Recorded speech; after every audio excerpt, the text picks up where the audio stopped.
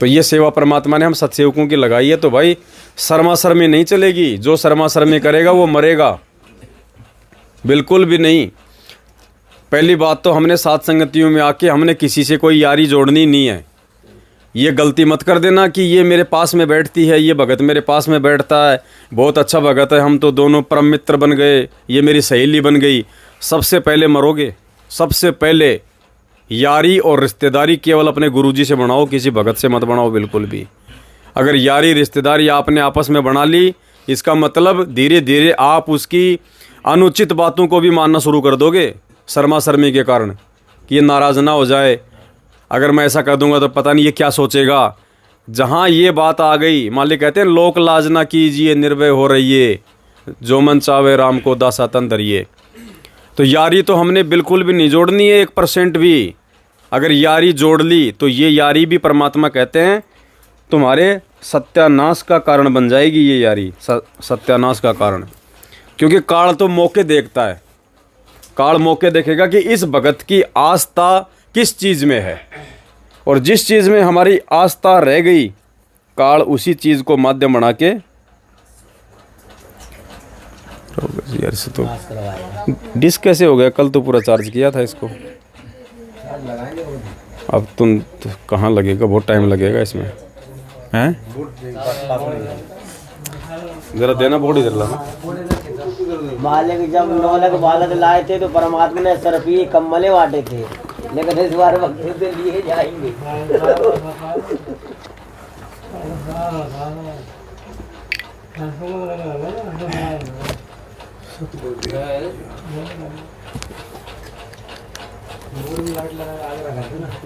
Board रख दो यहाँ बस, आप यहाँ बोर्ड रख दीजिए जी।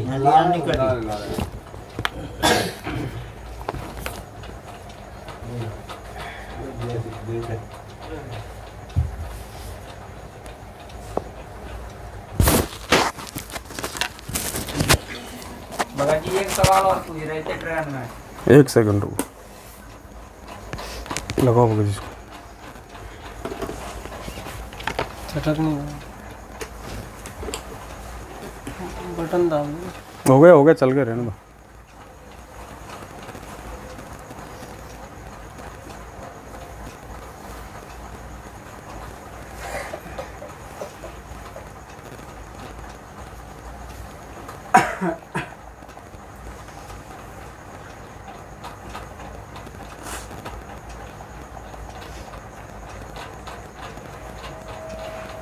देखो क्या करे परमात्मा।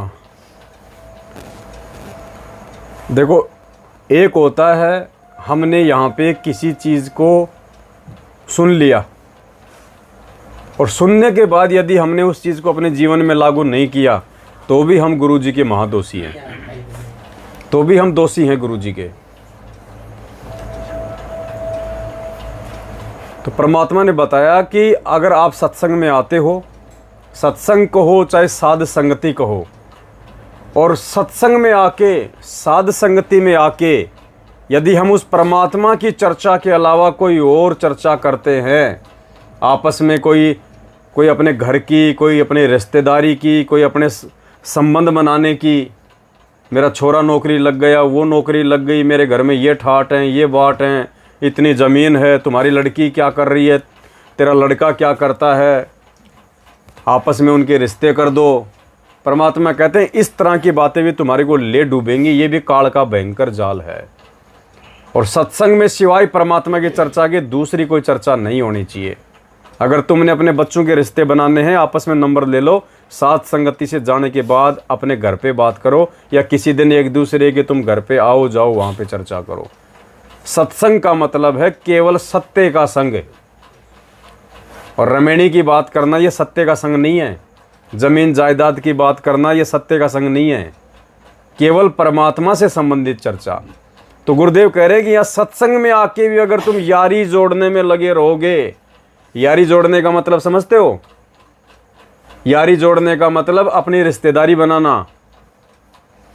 तो परमात्मा कहते हैं काल तुम्हारे उस मित्र के रूप में तुम्हें वहां ठग लेगा, उस मित्र के रूप में, क्योंकि वो तो मौका देखता है। जैसे दो पहलवान आपस में लड़ते हैं, तो गुरुजी ने क्या बताया कि एक पहलवान दूसरे पहलवान की कमजोरी को देखता है कि इसकी कमजोर नस क्या है, वो सबसे पहले वहीं पे अटैक करता है। तो काल भी तो अपने लेवल का अंतर्यामी है, मन रूप में शरीर में विद्यमान है ना। पुर्जा पुर्जा जानता है वो हमारी सोच क्या है, हम कहाँ पे मार खा सकते हैं। तो परमात्मा ने स्पेशली हमारे को आदेश दिया हुआ है कि जब हम परमात्मा की चर्चा में बैठें उस समय सिवाय परमात्मा की चर्चा के दूसरी कोई बात नहीं होनी चाहिए। अगर कोई व्यक्ति साथ संगति में बैठ के इधर उधर की बात करता है तो आप में से किसी भी भाई बहन को ये शर्म नहीं आनी चाहिए कि मैं इसको कहूँ या ना कहूँ। अगर नहीं कहोगे सुन के भी तो उस बोलने वाले से ज़्यादा बड़े दोषी वो सुनने वाले हैं। तो क्या कहा परमात्मा ने,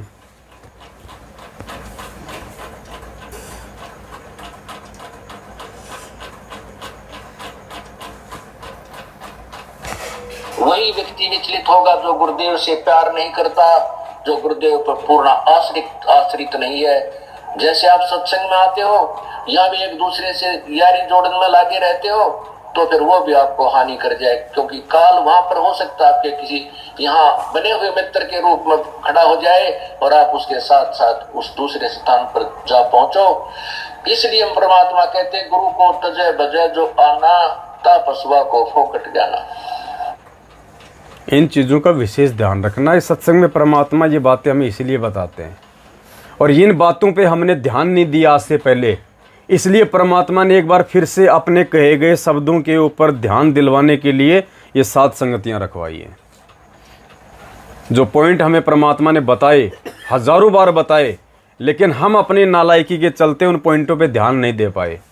हम समझ नहीं पाए कि परमात्मा ये बात हमें क्यों समझा रहे हैं, किस विषय को लेके समझा रहे हैं। तो उस विषय पर ध्यान आकर्षित करवाने के लिए परमात्मा ने 7 संगतियां रखवाई हैं। ये कभी भी नहीं आना चाहिए। देखो, कोई अगर जायज़ बात है उसका समर्थन करो, नाजायज़ बात अगर हमारा बाप कहे तो भी हमने स्वीकार नहीं करनी है। ये होता है ज्ञान का मतलब। आत्म कल्याण के मामले में अगर पत्नी पत्नी दोनों ने नाम ले रखा है, पति और पत्नी ने, अगर पत्नी गफलत कर रही है तो आध्यात्मिक लेवल पे उसने बिल्कुल भी सपोर्ट नहीं करना उसका। सामाजिक लेवल में अपने काम करो मिलजुल के, मालिक ने कहा है। आध्यात्मिक लेवल पे अगर पति ज्ञान से अगर भटक रहा है तो पत्नी ने 1% भी उसका समर्थन नहीं करना, चाहे उसको घर छोड़ना पड़े चाहे उसको छोड़ना पड़े। आत्म कल्याण के मार्ग में कोई कॉम्प्रोमाइज नहीं। कल को गधा कुत्ता बनाने से वो पति और पत्नी नहीं बचा पाएंगे एक दूसरे को, वो परमात्मा बचाएगा। बाकी सांसारिक काम अपना सूझबूझ से करो, परमात्मा ने मना नहीं किया, लेकिन आध्यात्मिक मार्ग में परमात्मा का वचन, परमात्मा का आदेश सर्वोपरि है। तो सत्संगों में हमने इन चीज़ों का बहुत ध्यान रखना है, शर्मा शर्मी बिल्कुल भी नहीं। आजकल एक भगत है, कोई पवन नाम है उसका, भी पता नहीं कोई मध्य प्रदेश से है, पवन और रवि। तो वो शायद 1-2 बार साथ संगतियों में आया होगा, भक्तों से आपस में नंबर ले ही लेते हैं। उसके बाद वो भक्तों को फ़ोन करता है कि भगत जी, मैं मेरी भक्तमती के साथ में ऐसे ऐसे मैं रेलवे स्टेशन पे था, मेरा बटुआ चोरी हो गया, आप मेरे को 500 रुपये डाल दो, मैं आपको भोपाल जाके डाल दूंगा। और उसने तकरीबन सैकड़ों भक्तों से 500 तो किसी से 1000 रुपये ले लिए। और हम क्यों फेल हो गए? ये हमारी परीक्षा थी, ये हमारी परीक्षा थी ये, कि हमने बस सत्सेवक का नाम सुना, साथ संगति में आता हूँ भगत जी, बस इतना नाम सुना और हमने डाल दिए 500 रुपये। ये गफलत कर दी अपन ने। ये परीक्षा थी परमात्मा की तरफ से। ऐसी ही परीक्षा होती हैं। इसलिए भाई अपनी आंखें और अपने कान अच्छे से खोल के रखना है। उसका नाम रवि है ना, भोपाल वाला, उसने भगत मतियों के साथ लफड़ा किया है। बोलता मेरे को। तो ये ना सोचना कि साथ संगत में सारे बिल्कुल दूध के धुले हुए हैं। जहां पे परमात्मा का सत्य मार्ग चलेगा, काल वहां पे अपना दाव खेलेगा ही खेलेगा। आप ये ना सोचना कि सारे बिल्कुल दूध के धुले हैं, बिल्कुल सही हैं, ज्ञान आधार बना रहे हैं, नहीं। इसलिए परमात्मा ने मेहर करी जो ये बड़ी बड़ी साध संगतियाँ नहीं हुई। ये भी मालिक की विशेष रजा है। भले काल ने चाहे साध संगतियाँ रुकवाने के लिए मैनेजमेंट को निमित्त बनाया, लेकिन परमात्मा भी यही चाहते थे। अगर साध संगतियाँ अगर हो जाती अगर बड़ी बड़ी और मैनेजमेंट यदि रोड़ा नहीं अटकाता तो यहाँ भी भगत जी भीड़ इकट्ठी होने लग जाती, और इस भीड़ में ये निर्णय नहीं हो पाता कि कौन तो ज्ञान को आधार बना के आ रहा है और कौन देखा देखी में आ रहा है। इसलिए परमात्मा ने कहा कि मैं तो केवल मेरे वही बच्चे रखूँगा, वही बच्चे छाटूँगा जो बिल्कुल ज्ञान से टकाटक है। जिसको ज्ञान समझ में आ जाएगा वो घर बैठा बैठा भी समझ सकता है, वो कैसे भी करके उधर से निकल के आ जाएगा। आज उनके सत्संगों में क्या हाल हो रहा है। तो परमात्मा नहीं चाहते कि यहाँ पे वो काम हो, इसलिए साथ संगति में आते हैं। तो हमारा जो मकसद है साथ संगतियाँ रखवाने का, हम उसी को हम पूरा करें। दूसरी बात, व्यर्थ में हमने कोई राग द्वेष ईर्ष्या नहीं रखनी किसी से भी, किसी से कोई भी व्यर्थ में राग द्वेष ईर्ष्या नहीं रखनी है। अगर आप किसी के विचारों से सहमत नहीं हैं, या आप जो भाई साथ संगति रखवा रहा है, यदि आप उसके आचार विचार व्यवहार से सहमत नहीं हैं, तो आप उसको बोल दीजिए भगत जी ये बात है, अगर आप सुधार करोगे तो ठीक है, नहीं आज के बाद हमने तो हाथ जोड़े, हम नहीं आएंगे। कोई शर्मा शर्मी नहीं होनी चाहिए इस चीज़ में।